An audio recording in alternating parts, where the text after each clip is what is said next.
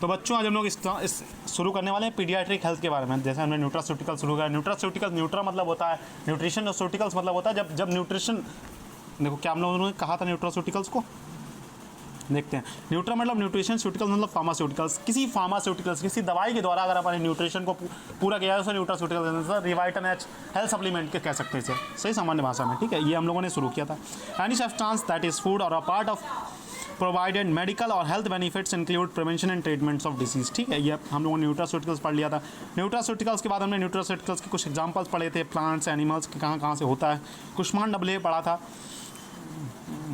उसके बाद हम लोग आज शुरू करने वाले हैं पीडियाट्रिक हेल्थ। पीडियाट्रिक हेल्थ में हम लोग सबसे पहले पढ़ने हैं प्रेरणन मोदक।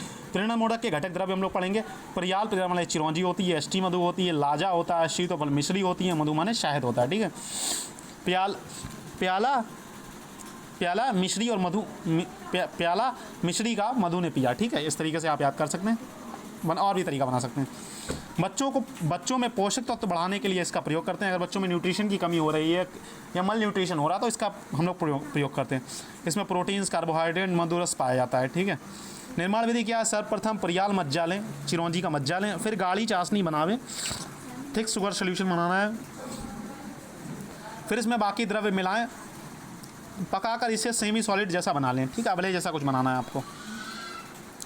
उसके बाद हम लोग बात करने वाले हैं च्यवनप्राश अवले। च्यवनप्राश अवले के सारे इंग्रेडिएंट्स किसी को नहीं याद होते हैं, मुझे भी नहीं याद होंगे उस समय, लेकिन आपको कैसे याद करना है। देखो पहले तो इसमें 10 मूल के सारे ड्रग्स होंगे, ठीक है।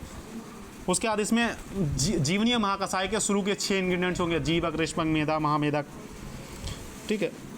देखो होगा शालपर्णी, प्रश्नपर्णी, मुदकपर्णी, जीवक, ऋषभक, मेधा, मेधा, महामेधा, छोटी कटेरी, बड़ी कटेरी, ये सारे हैं 6, मतलब 6 शुरू के इसमें, ठीक है। 6 वो हो गए, 10 ये हो गए, 16 ये हो गया, 4-5 और अगले 20-22 काफ़ी हैं, मतलब, ठीक है। बिल्व, अग्निमांत,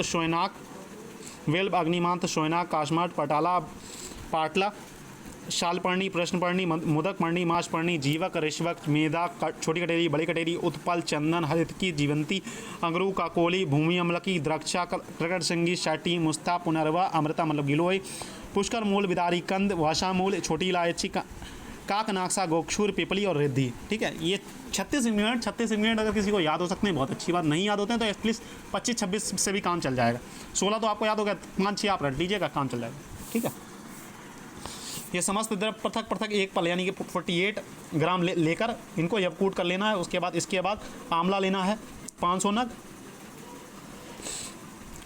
तेल व घृत कितना लेना? 64 पल यानी 64 इंटू 50 कर लें लगभग, जो आए लिख लेना, ठीक है। निर्माण विधि CMS कुष्मांड अवले, जैसे हमने कुष्मांड अवले बनाया था, पहले यवकूट करना है, फिर इन सबको चूर्ण मिलाना है, फिर अवले सिद्धि के लक्षण आ जाए तो फिर च्यवनप्राश अवले तैयार हो जाएगा, ठीक है। मात्रा कितनी तोल मात्रा रहता है आचार्य चरण के अनुसार उतनी मात्रा लेनी चाहिए जैसे खाने के बाद भोजन करने की इच्छा ना रह जाए, मतलब सुबह लेना, इतना लेना है कि उसके बाद खाने की इच्छा ना रह जाए उस समय, ठीक है। उस समय कुछ भी खाने की इच्छा ना रह जाए। अनुपान, गोदुग्ध, गाय का दूध इस्तेमाल कर सकते हैं। आमयिक प्रयोग, इसका आमयिक प्रयोग मतलब इसकी एन नंबर्स ऑफ इसके यूजेस हैं, जितने आप लिख पाएँ। श्वास रोग, कास रोग, क्षय रोग, शोष रोग, जितने बीमारियाँ, सर्दी, खांसी, जुकाम, बुखार, जितने प्रकार के बुखार हैं सब कुछ लिख सकते हैं, ठीक है। श्वास, कास, क्षय रोग, वात, रक्त, तृष्णा, मूत्राशय, शुक्र, 6 वात आदि दोषों को निकालता है, ठीक है। उसके बाद हम लोग पढ़ने वाला है रिप्रोडक्टिव हेल्थ। रिप्रोडक्टिव मतलब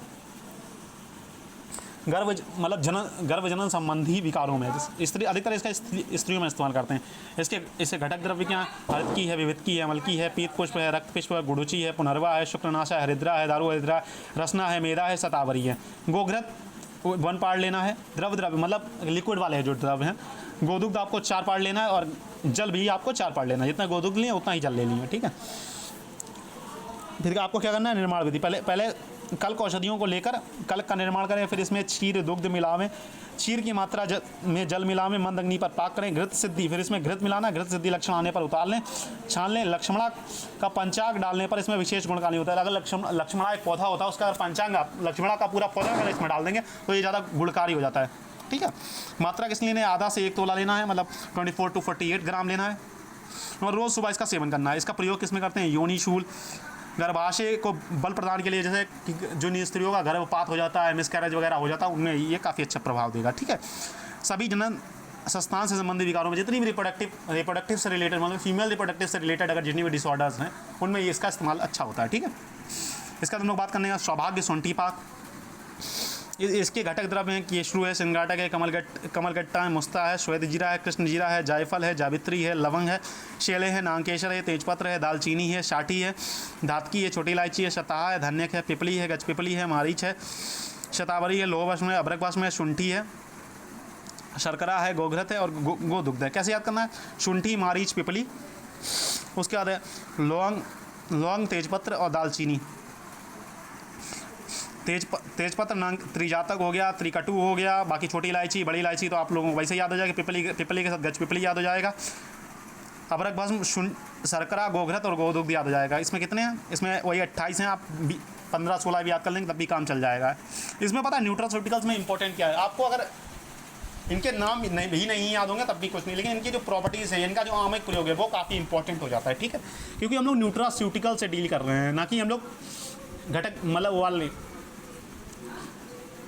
फॉर्मुलेशन से डिलीट करना है। हम लोग न्यूट्रास्यूटिकल्स मतलब इनकी क्या क्या प्रॉपर्टीज़ हैं, क्या क्या इनकी मतलब किस तरीके से ये आमयिक प्रयोग क्या है, एक तरीके से न्यूट्रा मतलब किस तरीके से हम लोग बीमारियों में इस्तेमाल कर सकते हैं, वो वाला है, वो हो जाता है।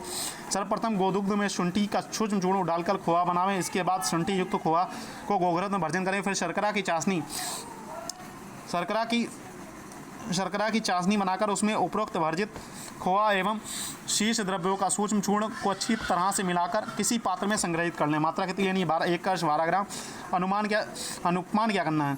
अनुपान लेना। जल और गोदुग्ध आमयिक प्रयोग क्या है? सूतिकाकार रोग में, अग्निमंत्र में, अतिचार में, गृहिणी में, आमबात में, ज्वर में, कास में और बाकी सारी जो मतलब फीमेल रिप्रोडक्टिव से रिलेटेड डिसीज़ हैं उनमें लिख सकते हो। जैसे शुंठी का क्या है? शुंठी किसमें होती है? शुंठी कफज रोग में इस्तेमाल होती है, तो कफज वाले 1-2-4 रोग याद हैं। सर्दी, खांसी, जुकाम तो आप सब में लिख सकते हैं। सर्दी, श्वास, काश, ज्वर तो आप सब में लिख सकते हैं। और वहाँ कोई ये नहीं देखने बैठेगा कि इसमें है या नहीं है।